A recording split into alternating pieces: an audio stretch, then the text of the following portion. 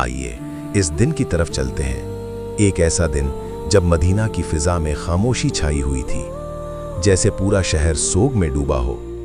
इस दिन मदीना के दरख्त भी यूं सर झुकाए खड़े थे, जैसे वो भी गम मना रहे हों। रसूल अकरम सल्लल्लाहु अलैहि वसल्लम की बीमारी की खबर ने पूरे मदीना को हिला कर रख दिया। हज़रत फातिमा तेज़ी से अपने बाबा जान हज़रत मोहम्मद सल्लल्लाहु अलैहि वसल्लम के घर की तरफ बढ़ रही थीं। यूं लग रहा था जैसे पूरी उम्मत के दिल पर एक ही वक्त में दुख का पहाड़ गिर गया हो। घर के अंदर रसूल अकरम सल्लल्लाहु अलैहि वसल्लम आराम फरमा रहे थे। हज़रत आयशा और हज़रत फातिमा दोनों पास खड़ी थीं। कमरे की फिजा में एक अजीब सी गंभीर खामोशी फैली हुई थी। कुछ देर गुजरी तो नबी करीम सल्लल्लाहु अलैहि वसल्लम ने हज़रत फातिमा को अपने पास बुलाया। आप सल्लल्लाहु अलैहि वसल्लम ने उनके कान में आहिस्ता से फरमाया, मेरी प्यारी बेटी फातिमा, मेरे जाने का वक्त करीब आ गया है। ये सुनकर हज़रत फातिमा की आंखों से आंसू बह निकले। आप सल्लल्लाहु अलैहि वसल्लम ने दोबारा फरमाया, जन्नत में मेरे घर वालों में से सबसे पहले तुम मुझसे मिलोगी। ये सुनकर हज़रत फातिमा ने मुस्कुरा दिया, मगर आंखों में आंसू अभी भी मौजूद थे। इसी के बाद आप सल्लल्लाहु अलैहि वसल्लम ने नर्म आवाज़ में फरमाया, ए आयशा, अबू बकर को बुलाओ। लेकिन दरवाज़ा खुला और हज़रत अबू बकर अंदर दाखिल हो गए। उनका चेहरा गम से झुका हुआ था। आप सल्लल्लाहु अलैहि वसल्लम ने उन्हें देखकर फरमाया, ए अबू बकर, मैं तुम्हारे सपुर्द अपनी उम्मत की अमानत छोड़कर जा रहा हूँ, मेरे सहाबा का ख्याल रखना। अभी ये अल्फाज मुकम्मल नहीं हुए थे कि अचानक घर के बाहर नूर की लपटें फैलने लगीं। हज़रत आयशा हैरत से इधर उधर देखने लगीं। उन्होंने देखा कि दरवाजे के बाहर एक इंतहाई नूरानी शख्सियत मौजूद है, जैसे रोशनी खुद खड़ी हो। नबी करीम सल्लल्लाहु अलैहि वसल्लम ने पूछा, फातिमा, कौन है दरवाजे पर? हज़रत फातिमा ने जवाब दिया, मेरे प्यारे बाबा जान, मैं पहचान नहीं सकी। वो शख्सियत इंसान भी लगती है और नूरी भी, बहुत नूरानी चेहरा है। आप सल्लल्लाहु अलैहि वसल्लम ने फरमाया, बेटी, तुम उन्हें कैसे पहचानोगी? वो मलकुल मौत हज़रत इज़राइल हैं। वो ऐसी हस्ती हैं जो जहां भी जाते हैं कभी खाली हाथ वापस नहीं लौटते। ये सुनकर हज़रत फातिमा बुलंद आवाज़ में रोने लग गईं। इसी वक्त हज़रत इज़राइल ने निहायत अदब से सलाम पेश किया और घर में दाखिल हुए। उन्होंने अर्ज़ किया, अस्सलामु अलैकुम या रसूल अल्लाह, या हबीब अल्लाह, अल्लाह ताला ने आप पर सलाम भेजा है और मुझे आपके पास भेजा है। अगर आप इजाज़त दें तो मैं अपनी जिम्मेदारी पूरी करूं, और अगर आप चाहें तो मैं वापस चला जाऊं। आप जब तक चाहें इस दुनिया में रह सकते हैं। नबी करीम सल्लल्लाहु अलैहि वसल्लम ने निहायत मोहब्बत के साथ फरमाया, ए इज़राइल, मेरा भाई जिब्राईल कहाँ है? मैं उनसे आखिरी बार मुलाकात करना चाहता हूँ। ये दरख्वास्त अभी पूरी भी ना हुई थी कि हज़रत जिब्राईल अलैहिस्सलाम बर्क़ की तरह आसमान से नाजिल हुए और कमरे में दाखिल हो गए। हज़रत जिब्राईल ने हुजूर सल्लल्लाहु अलैहि वसल्लम को देखा, सलाम पेश किया और पूछा, या रसूल अल्लाह, आप क्यों रो रहे हैं? आप सल्लल्लाहु अलैहि वसल्लम ने आह भरी और फरमाया, मैं अपनी उम्मत के गुनाहगार लोगों के लिए गमगीन हूँ। जिब्राईल, जाकर मेरे रब से पूछो कि क़यामत के दिन वो मेरी उम्मत के साथ कैसा सलूक फरमाएंगे। जिब्राईल अलैहिस्सलाम फ़ौरन अल्लाह के हुजूर पहुँचे और हुजूर सल्लल्लाहु अलैहि वसल्लम का पैगाम अल्लाह ताला के सामने पेश किया।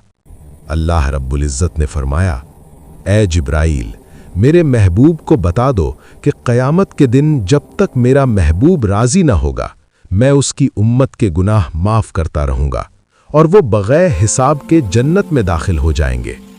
ये खुशखबरी सुनकर जिब्राईल अलैहिस्सलाम फ़ौरन वापस आए और तेज़ी से रसूल अल्लाह सल्लल्लाहु अलैहि वसल्लम के घर में दाखिल हुए। उन्होंने हज़रत मोहम्मद सल्लल्लाहु अलैहि वसल्लम को ये बशारत सुनाई और ख़ुद रोने लगे। आप सल्लल्लाहु अलैहि वसल्लम ने पूछा, ए जिब्राईल, तुम क्यों रो रहे हो?